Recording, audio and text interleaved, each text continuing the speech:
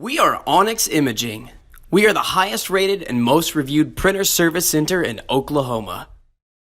Hey there YouTubers, it's your girl Brett over here at Onyx. Today I'm going to show you how to clear a paper jam, and I'm working with a Brother L2270dw. So this one's going to be pretty simple. I always like to check my tray just to make sure nothing's down here, so go ahead and do that first.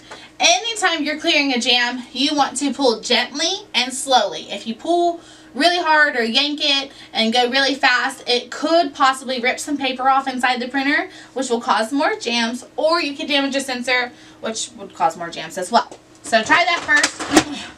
Go ahead and pull your drum out. If it is in here, it would be literally right here. But most of the time, the easiest place on this printer is going to be the back. You'll just open this guy up, pull it up and out, like I said, gently and slowly. If you're seeing lots of jams, it's probably time to bring your printer in for a service. If you're in need of any supplies or quotes, give your girl Brett a call and have a great day. Thank you for watching.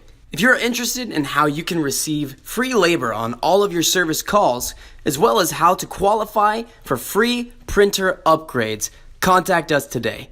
We are here for all of your printer and office supply needs.